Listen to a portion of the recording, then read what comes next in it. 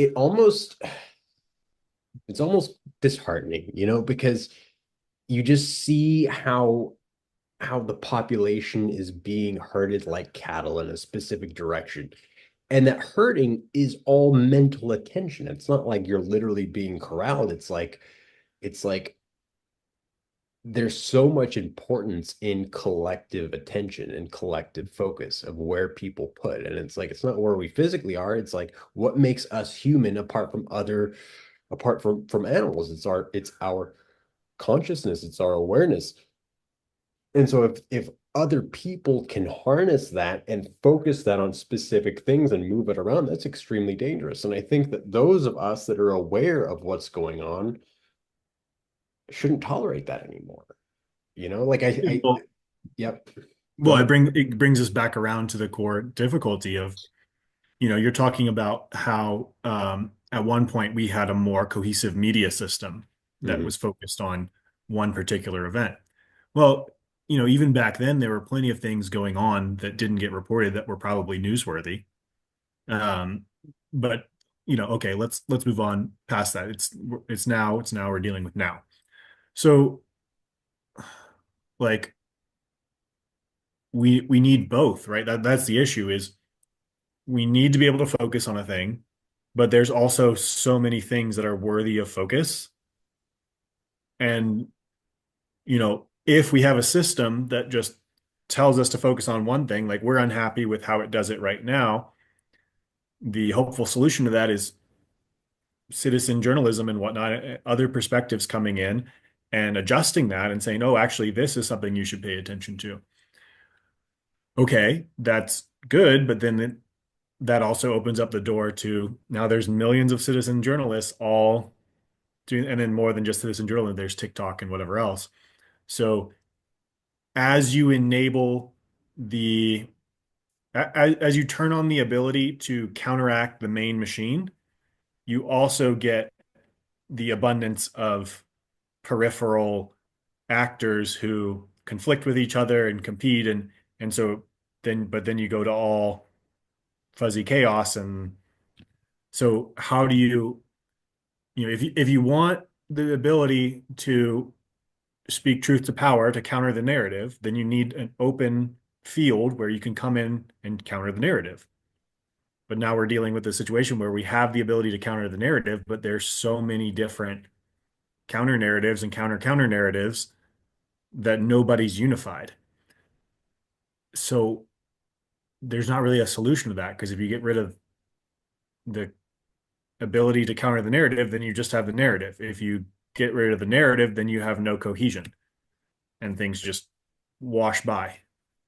You're right. That's something that we're seeing right now, especially with I think one of the big topics now uh with the Trump administration is the H-1B visas, in that you then have a fracturing within the MAGA movement. It's the MAGA wars, you have now woke MAGA. And I think Elon has tactfully subverted that attention away from H-1B to attacking Keir Starmer and talking about Tommy Robinson, some of the things going on in the UK, but it doesn't take away from the fact that there's now this fracturing or splintering within what was perceived as this completely unified group that was MAGA.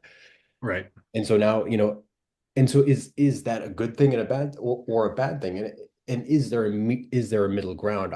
I personally think it's better to have just an explosion of ideas and outlier opinions, because then you're fully exposed uh um to the whole pantheon of ideas, and then you have a better idea of learning about yourself from being exposed to it. You can say, okay, well, I don't like that one, but that one's pretty good. And what if we can merge these two together, and then it kind of, I think, encourages tolerance in a sense, and that if let's say you look at RFK Jr.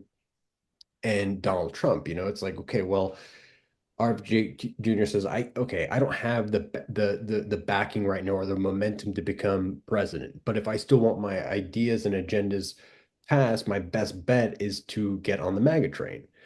So it's like, can certain fractured ideas say, okay, well, maybe if I don't agree with this guy 100%, we can merge our ideas 70% and I can at least get some stuff in. We can all kind of work together in that way.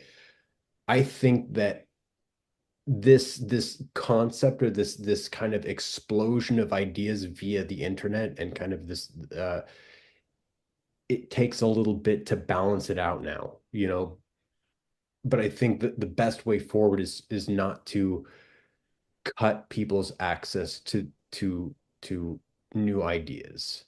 I think the worst thing to do is again to have the government be like, be the parent, and instead of having a modern day book burning, you're just banning accounts that you don't agree with, or you're banning certain individuals or influencers that different avenues of trains of thought that you don't agree with. Because again, just like in Lion King, people are then more inclined to go where you're telling them that they can't go.